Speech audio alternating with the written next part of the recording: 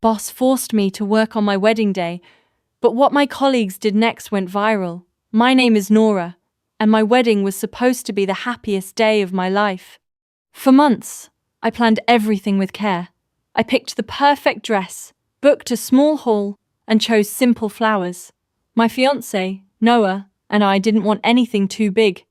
We just wanted a day that felt right for us.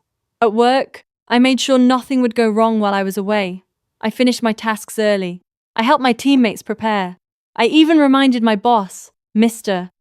Cole, about my wedding more than once. He always nodded and said it was fine, so I felt calm. Until 2 days before the wedding. That afternoon, he called me into his office. I thought it was just another quick check-in, but when I walked in, his face was serious. "I need you to come in on Saturday," he said. I blinked. "Saturday is my wedding." He leaned back in his chair. "We have an important deadline." My heart dropped. "I already got approval." He shrugged like it didn't matter. "Things change," he said. And just like that, everything started to fall apart. I walked out of his office feeling like I couldn't breathe. The hallway felt longer than usual, and the lights seemed too bright. I sat at my desk and stared at my screen, but I couldn't focus. My wedding, my job. Why did I have to choose? I opened my email and searched for the approval message. It was there, clear as day. He had approved my leave months ago. I read it again and again, hoping it would somehow fix things. It didn't. A message popped up from my teammate Leo. "You okay?" I hesitated, then typed back. "No, he wants me to work Saturday." There was a pause. Then, "What? That's not right." Soon, more messages came in from the team. Everyone was shocked. Didn't he approve it? This is messed up. I felt a small bit of comfort reading their words, but it didn't solve the problem. When I got home, Noah was waiting for me. The moment he saw my face, he knew something was wrong. I told Noah everything while sitting on the edge of our bed. My voice shook as I repeated my boss's words. He listened quietly, then frowned. "That's not fair." "I know," I said, "but I can't just ignore him." Noah shook his head. "This is your wedding. I need this job," I replied. That was the truth. I had worked hard to get here. Losing it would be a big risk. He sat beside me and held my hand. "We'll find a way." I nodded, but I didn't feel sure. Later that night, I looked at my wedding dress hanging in the corner. It looked perfect, untouched, like it didn't belong to the mess I was in. I picked up my phone and sent a message to my team group chat. "I might have to work on Saturday. I'm really sorry." The replies came fast. "No way. We're not letting that happen. Trust us." I stared at those words. Trust us. I didn't know what they meant yet, but something about them stayed with me as I tried to sleep. The next morning at work felt strange. People were quieter, but also more focused. It was like something important was happening that I wasn't fully part of. Leo walked by my desk and gave me a small smile. "Just hang in there," he said. That made me more confused. Mr. Cole acted like nothing was wrong. He moved around the office, checking on tasks and reminding everyone about the deadline. When he passed my desk, he stopped. "Be ready tomorrow," he said. I nodded, even though it hurt. During lunch, Nina sat with me. "You should be excited right now," she said. I was, I replied softly. She leaned closer. "Things can still turn out better than you think." I looked at her, trying to understand. "Just trust us," she added. Again, those words. By the end of the day, I felt nervous, tired, and unsure of everything. But deep down, a small part of me wondered, what were they planning? That night, I could barely sleep. I kept turning over in bed, thinking about what would happen the next day. My wedding day was supposed to start with excitement, not stress. Every time I closed my eyes, I saw two paths.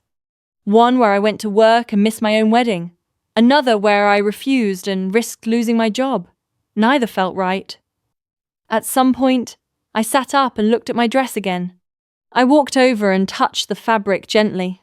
"This is supposed to be my day," I whispered. Noah woke up and sat beside me. "You don't have to go," he said. "I don't know." "That," I replied. He looked at me carefully. "Do you trust your team?" I paused. "Yes, I think I do." "Then hold on to that," he said. I nodded slowly. For the first time that night, I felt a small sense of calm. Maybe something would change. I just didn't know how yet. Saturday morning arrived too fast. I woke up before my alarm, my heart already racing. For a moment, I forgot everything. Then it all came rushing back, my wedding day, and I was getting ready for work. I sat on my bed and took a deep breath.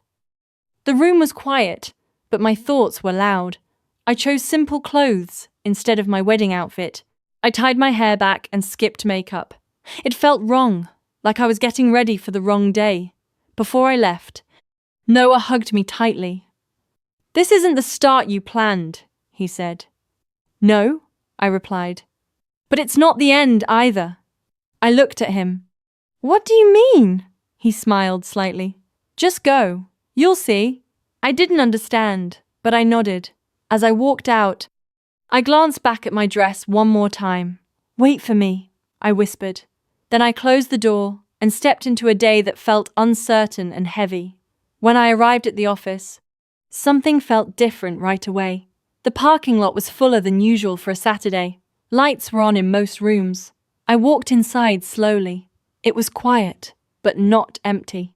I could feel that something was happening, even if I couldn't see it yet. At my desk, I found a small note. Conference room, 10. No name. I checked the time. 9:40. My heart started to beat faster. People walked past me, giving small smiles, but no one explained anything. At exactly 10, my phone buzzed. "Go now." I stood up and took a deep breath. My hands felt cold. Step by step, I walked toward the conference room. I didn't know what I would find inside, but I knew this moment mattered. I pushed the door open slowly and froze. The room was full. My coworkers were there. My friends, my parents, and Noah. I stared, trying to understand. Then I saw decorations, flowers, soft lights. It didn't look like a meeting room anymore. It looked like a wedding. "What is this?" I whispered. Leo stepped forward with a smile. "Your day." Tears filled my eyes. "But work?" I asked. Nina shook her head. "We handled that." That's when I noticed Mr. Cole standing in the corner. He didn't look in control anymore. He looked unsure. And for the first time, I didn't feel afraid of him. I stood there, unable to move, trying to take everything in. My heart was racing, but not from fear anymore. It was something else. Something bigger. Noah walked toward me slowly, his eyes soft and calm. "You're not working today," he said. I let out a shaky laugh. "I can see that." He smiled. "We weren't going to let this be taken from you." I looked around again. Everyone was watching me, waiting for my reaction. My parents waved gently, and my friends held small bouquets. "How did you even plan all this so fast?" I asked. Leo raised his phone. "Group effort, no sleep," Nina added. "We also kept records." "Records?" I asked. She nodded. "Every email, every approval, every message where your leave was confirmed." I slowly turned toward Mr. Cole. His face had changed. He looked tense now. "We didn't argue," Leo said. "We just prepared. I noticed a camera set up near the wall." "You're filming this?" I asked. Nina nodded. "People should see what happened." That's when it hit me. This wasn't just a surprise, it was a stand. Mr. Cole cleared his throat, trying to regain control. "This is not appropriate," he said, but his voice lacked confidence. Leo stepped forward calmly. "What's not appropriate is forcing someone to work on their wedding day after approving their leave." A few co-workers nodded in agreement. Nina held up printed emails. "We followed every step properly. The approval is right here." Mr. Cole glanced around the room. For once, he had no power over the situation. "This is a workplace," he said, And today, Leo replied, it's also a place where we stand up for each other. I felt something shift inside me. The fear I had been carrying started to fade. Noah reached for my hand again. Are you ready? He asked softly. I looked at him, then at everyone around me. All 11, someone gently handed me a bag. My hands shook as I opened it, and my breath caught in my throat. My wedding dress. You brought it? I asked, my voice barely steady. My mum stepped forward with a soft smile. Of course we did. We knew you'd need it. I pressed the fabric to my chest for a second, trying to hold back tears. There's a room ready, Nina said, pointing down the hall. I walked slowly, almost afraid this moment would disappear if I moved too fast. When I reached the room, I stopped again. A mirror stood against the wall.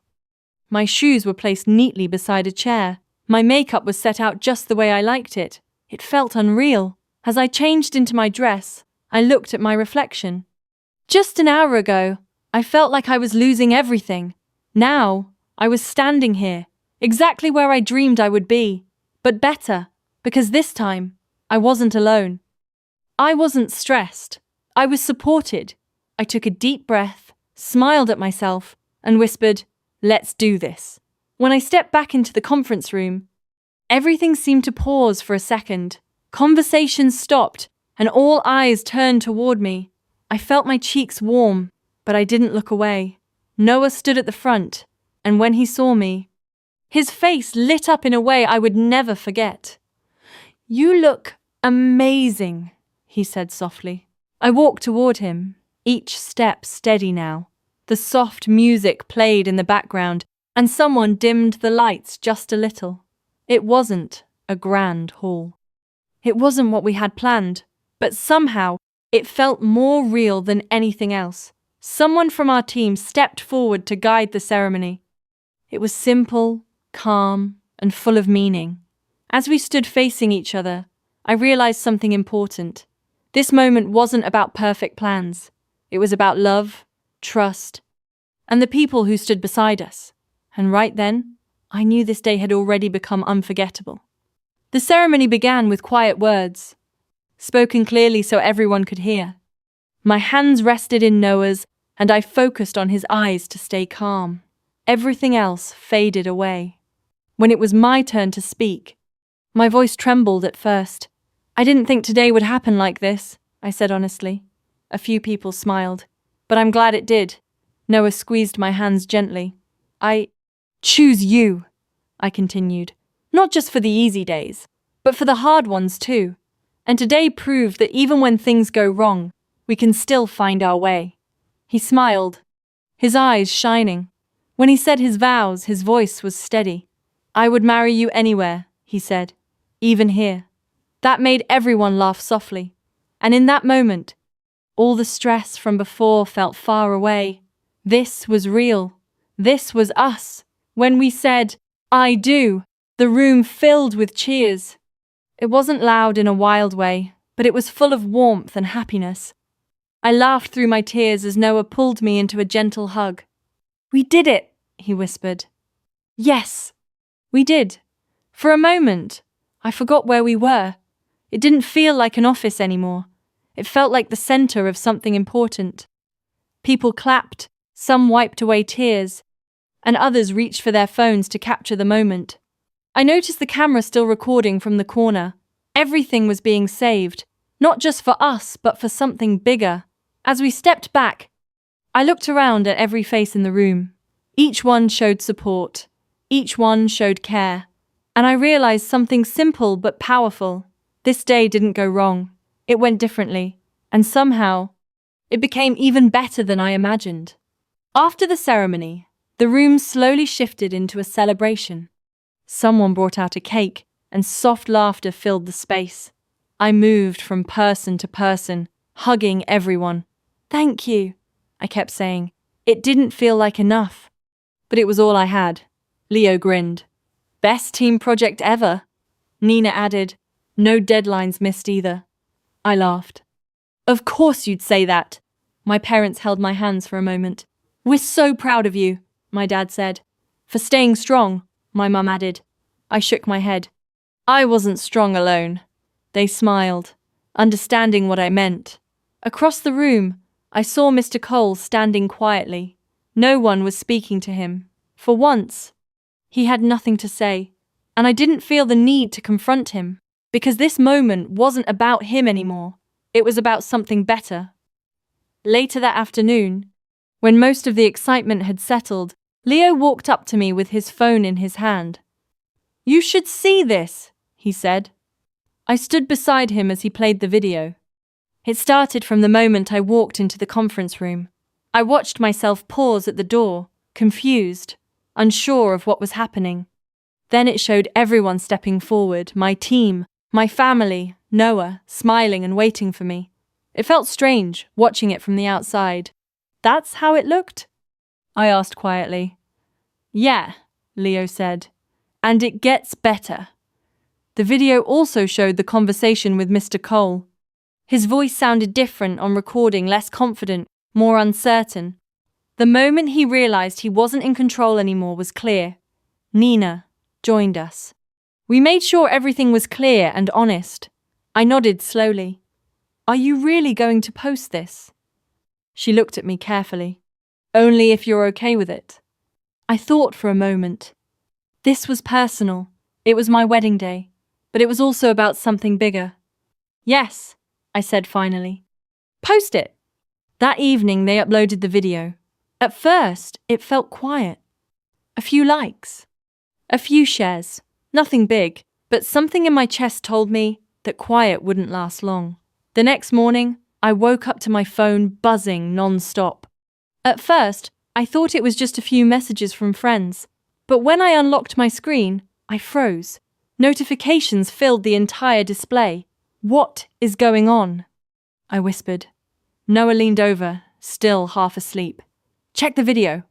I opened the link, and my eyes widened instantly. The view count had exploded. Hundreds of thousands. I refreshed the page. It jumped again. "This isn't real," I said. "It is," Noah replied. Now fully awake, I scrolled through the comments slowly. "Your coworkers are incredible." This gave me chills. No one should be treated like that. Some comments were long, sharing personal stories. Others were short but powerful. "Know your worth." That line kept appearing again and again. By midday, the video passed 1 million views. I sat there in silence, trying to understand how something that felt so personal had reached so many people. My wedding day, something I thought was falling apart, had turned into something the whole world was watching. And somehow, it didn't feel scary. It felt meaningful. As the day went on, the video spread even further. People began sharing it across different platforms, adding their own thoughts and reactions. I started noticing something deeper in the comments. People weren't just watching, they were relating. I missed my sister's wedding because of work. I was too scared to say no to my boss. I wish I had a team like this. Each comment felt like a small story on its own. I read as many as I could, my heart growing heavier but also stronger. This wasn't just about me anymore. It was about how people are treated every day. It was about respect. At the same time, the mood at work shifted completely. Even though I wasn't in the office that day, I could feel it through messages. It's all anyone is talking about. Management knows. Things are about to change. For the first time, I realized how powerful the truth could be when people saw it clearly. No arguments, no shouting, just honesty shown to the world. And it was enough. 2 days later, I returned to the office. The moment I walked in, I could feel the difference. People looked at me with a mix of respect and curiosity. Some smiled, others gave small nods.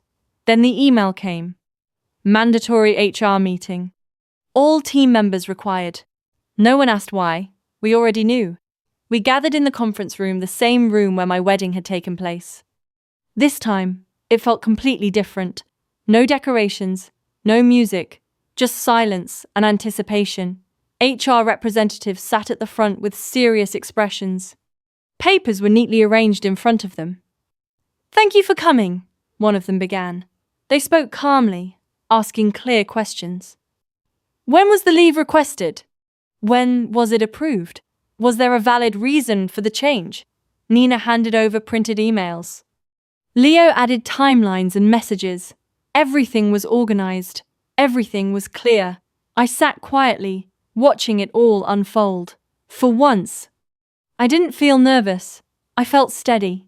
Because the truth didn't need to be forced. It was already there. By the end of that week, the company made an official announcement. It wasn't long or dramatic, but it was direct. They spoke about fairness, respect, and honoring approved leave. It was something that should have been obvious from the start, but now it was being said clearly. Then came the part everyone was waiting for. Mr. Cole was no longer managing our team. The room stayed quiet when the news was shared. No one clapped. No one celebrated loudly, but you could feel the shift. It was like a heavy weight had been lifted from everyone at once. People looked at each other with small, understanding smiles. Work continued, but something had changed.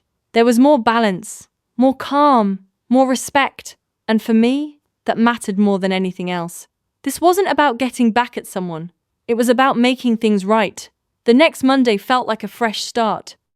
I walked into the office and noticed small changes right away. People greeted each other more often. Conversations felt lighter. Even the air seemed different. I sat at my desk and turned on my computer, taking a slow breath. Leo rolled his chair over.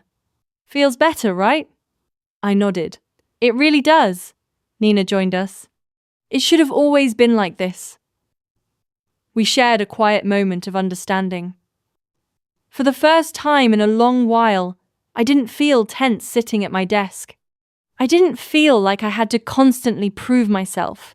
I could focus, I could breathe, and I could finally enjoy the work I was doing. That feeling was new, and I didn't want to lose it again. Even though things had improved, something inside me had changed in a bigger way. I couldn't ignore it. That experience had shown me something important. I didn't just want a job where things were okay. I wanted a place where people truly mattered, where life events weren't treated like problems, where respect wasn't something you had to fight for. I started thinking more seriously about my future. What kind of environment did I want? What kind of people did I want to work with? For the first time, I didn't feel afraid to ask those questions, because now I knew what it felt like to be supported, and I knew I deserved that. That evening, I sat with Noah at the kitchen table. The room was quiet, and for once, there was no stress in the air. "I've been thinking," I said. He looked up. "About what?" "About everything. The job, the future." He nodded slowly. "And? I think I'm ready for something new." He smiled slightly, like he had expected that answer. "I want a place where people are respected from the start," I continued. "Not after something goes wrong." "That makes sense," he said. I looked at him carefully. "Do you think I can find that?" He reached for my hand. "Yes. And now you know exactly what to look for." That gave me something I didn't have before: clarity and confidence. A few weeks later, I sat in an interview for a new position. From the beginning, it felt different. They didn't just ask about my skills, they asked about my values. "What matters most to you outside of work?" one of them asked. I answered honestly. Balance, respect, time for important moments. They nodded, listening carefully. That alone told me this place was different. When I got the offer, I didn't hesitate. I accepted. On my last day at my old job, I walked through the office slowly, taking everything in. Then I found my team. "Thank you," I said, "for everything." Leo smiled. "We just showed up." I shook my head. "That's what made all the difference," Nina added. "You deserved it." I smiled, knowing I would carry that with me wherever I went. Now, when I look back on that day, I don't think about the stress first. I think about the moment I opened that door, the moment everything changed. I thought I was walking into a normal workday. Instead, I walked into a room full of people who refused to let me lose something important. My wedding wasn't taken from me. It was protected. It was rebuilt in a way I never expected. And the world saw it. Not just as a story about a bad boss, but as a story about people standing together, about doing what's right, about knowing your worth, and helping others remember theirs. That's why it went viral. And that's why I'll never forget it. I thought the story ended with my wedding. I was wrong. Because 3 days after the video went viral, I got an email I wasn't expecting. Not from my team, not from HR, from someone much higher up. The subject line was just one sentence. We need to talk about what happened. At first, I didn't know what it meant. Was I in trouble? Was something else about to change? Or was this just the beginning of something bigger? I stared at the screen, reading that message over and over again. Then my phone buzzed again. Another notification. Another update. And when I opened it, everything shifted again. But that part? Most people still don't know.